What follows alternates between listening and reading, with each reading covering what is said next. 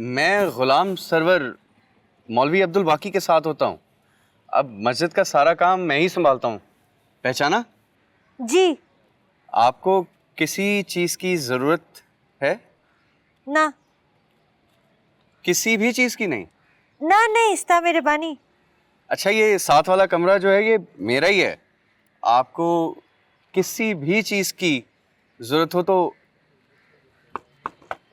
ऐसे खटका दीजिएगा। समझ गई ना आप?